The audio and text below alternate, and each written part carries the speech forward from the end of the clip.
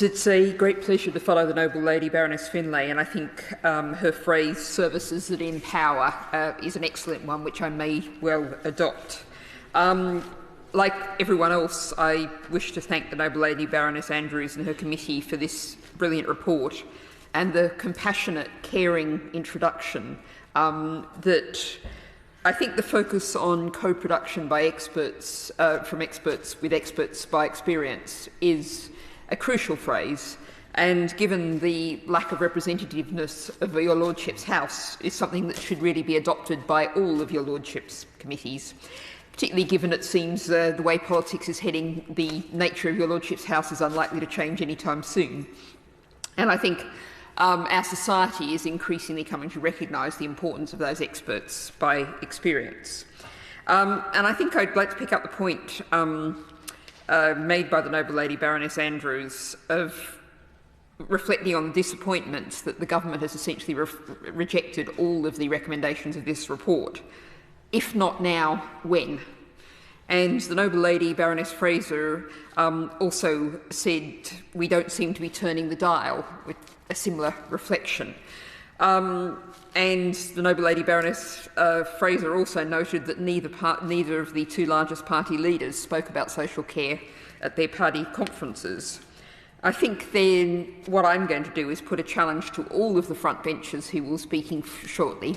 Now, I'm well aware that they're not able to make up a social care policy on the floor of the House, but I'm going to ask them, challenge them, to make a commitment to say that they will take into the election a social care policy that they plan to take forward, because surely this is so clearly desperately needed. As the Noble Lady Baroness Andrews said, the delay in debating this report has not made it one iota less relevant because we have not made any meaningful progress. Now, in the interests of living up to what I'm asking others to do, I'm very happy to set out the framework of the Green Party's social care policy that we will be taking into the next general election, which that is free social care for all adults who need it in England. And that was a policy that was decided democratically at our conference in 2021, led by members who were affected by the need for social care, more experts by experience. This calls for all social care, support and independent living services to be free at the point of use and fully publicly funded. And the guideline for this comes from, and I'd ask any frontbench spokespeople who might like to respond if they'd acknowledge the standards that were within the UN Convention of the Rights of Persons with Disabilities. That should set the standards of what is available. And the Green Party also says this should be accountable to local democratic bodies with a secure framework of laws, guidance and funding.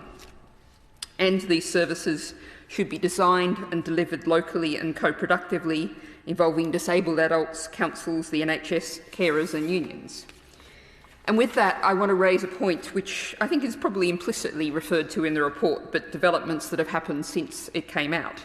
And that's the reflect that the fact that Skills for Care, the workforce planning body for the sector, has noted that an estimated 70,000 people took up care jobs in England, arriving to March 2023, and that was after visa changes. And there have been a further 30,000 to 40,000 people arriving between April and August.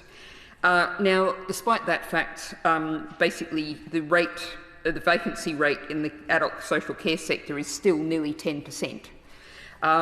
And the Noble Lady Baroness Fraser referred to difficulties in Scotland, but I would point out to the fact that actually Scotland, despite the fact that it has about 8% of the UK population, only took up about 2.5% of those care visas. And reflected behind that is the fact that both Scotland and Northern Ireland have slightly raised the rate of pay already and is planning next April to raise the rate of pay to £12 an hour. But also in Scotland, carers are employed by the local authority, unlike in England where there is forced to be English authorities have a legal responsibility for a market in care. And a question to the Noble Lord the Minister, would the Noble Lord acknowledge that the market as a model of providing care is one of our underlying structural problems. I would like to thank Baroness Andrews very much for the way she led this committee.